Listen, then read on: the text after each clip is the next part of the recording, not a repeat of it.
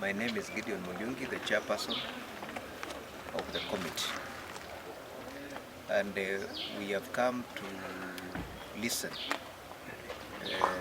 to the committee that was overseeing this project, which we normally call Project Management Committee or PMC, together with the fund managers who are in charge of this project, and also the board, members of the board of CDF from Nairobi, representing the CEO, and also the user department, which is the Kenya Police, and National Administration, represented by the DCC, and all other security organs.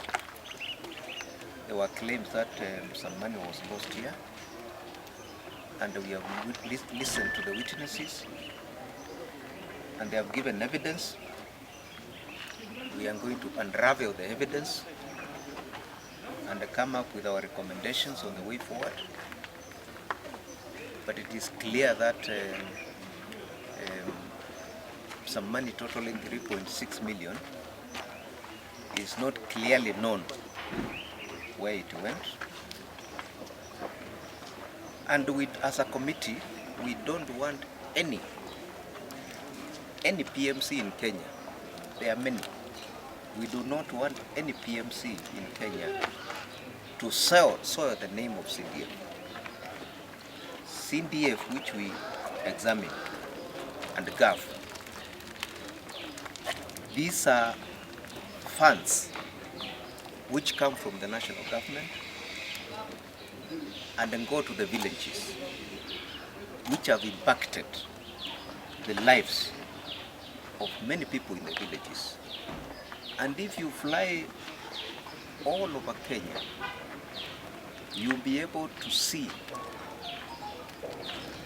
at least a project in every village in Kenya initiated by CDF, unlike other funds.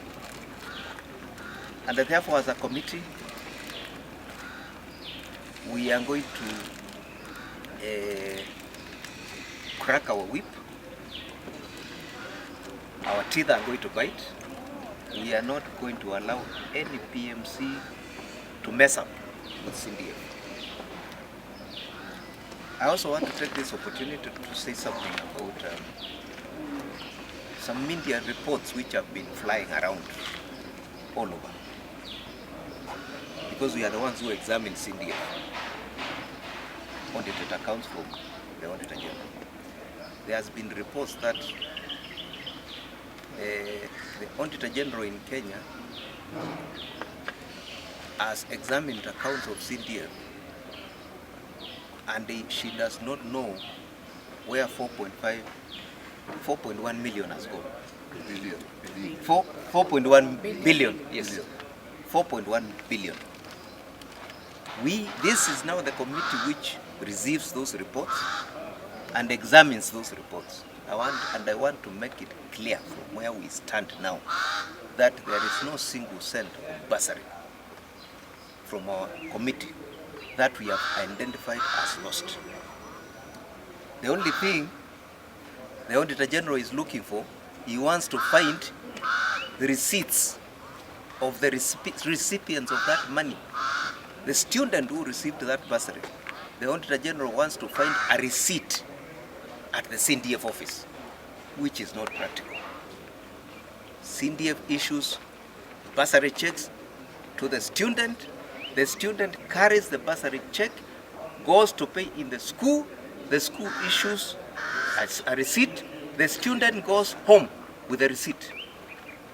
The student does not return the receipt to CDF. So we have advised the Auditor General, please stop messing up with CDF.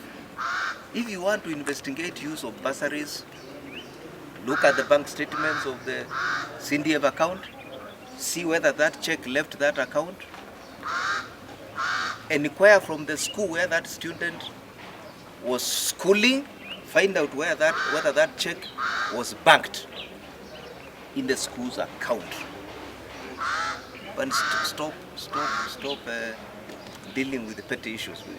From where we sit as a committee, those are petty issues, and blowing whistles for nothing, as we are okay with the accounts. No constituency in Kenya has stolen bursary. Even the county, Bogaf, nothing. We have not come across one. This is the only isolated case where we have not finished our investigations, but we are seeing some light, something is not right. But you are going to straighten it. Are not signatories of the NGCDF money, and sometimes media, please don't attribute any alleged loss of CDF money to any member of parliament. It is a management of by a board who have employees called fund managers, and the MP has nothing to do with it. May I also then steal the opportunity to thank the Speaker of the National Assembly and my chairman for accepting that we examine the audit reports of constituencies in this region from Kisii Town. I'm pleading with you, my chair, that we make this annual. We don't have to call constituencies to come to Nairobi. Let us go to where they are.